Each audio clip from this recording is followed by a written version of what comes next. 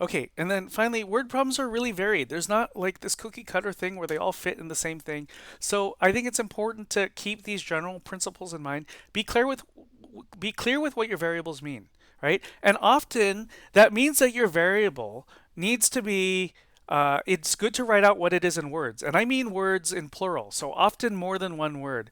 We'll talk about what that means in the next example, for instance. Okay, draw a picture if possible. A lot of these word problems quite naturally can use pictures, not all of them. And think about how the quantities are related, right? So for the problems we looked at so far in this lesson, the final price of an item was on one side of the equation by itself. And we asked ourselves all along, every time in building these models, how did the other quantities relate to the final price? Whether it was a tax problem or a discount problem, we've got to meaningfully place these things together. And there was, for the tax and discount problems, there was always multiplying the tax or discount rate as not as a percentage but as a decimal by pre-tax or pre-discount, but then that was subtracted from or added to an original amount. So there's a lot of things. I mean, there was either a times and a plus going on, or there was a times and a minus going on. So these things need to be fit together in a meaningful way to end up computing what the final price would be.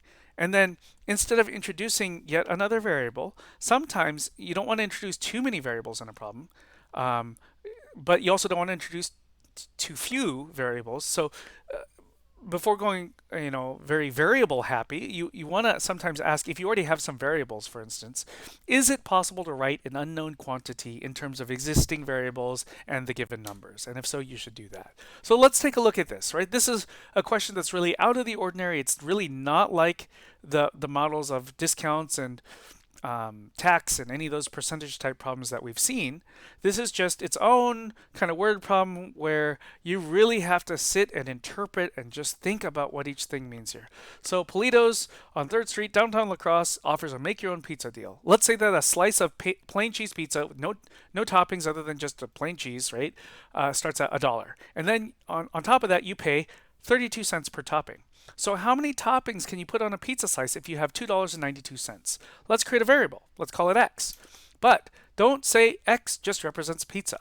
This is the kind of thing that I think happens where I've seen in the past asking people, okay, you created a variable, you called it x. What does that x represent? What does x mean? And people will say something like x means pizza. And I look at that and say, we need to clarify a little more, right? Because when you say x means pizza, what does it mean for x to equal 3? And does that mean that there's 3 pizzas? Um, Here, I think we're just trying to talk about a single slice of pizza with how many toppings are on it, right? So is x I mean, when someone says x is pizza, is it the number of pizzas?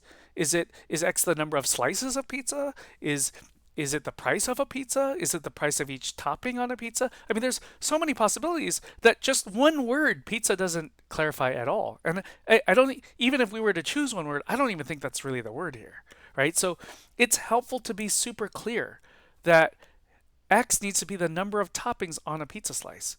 I know that's a much longer phrase, but that's a phrase that we can actually deal with, and really it clarifies what x means. And if this is too long, how about just x equals number of toppings? 3 words, number of toppings.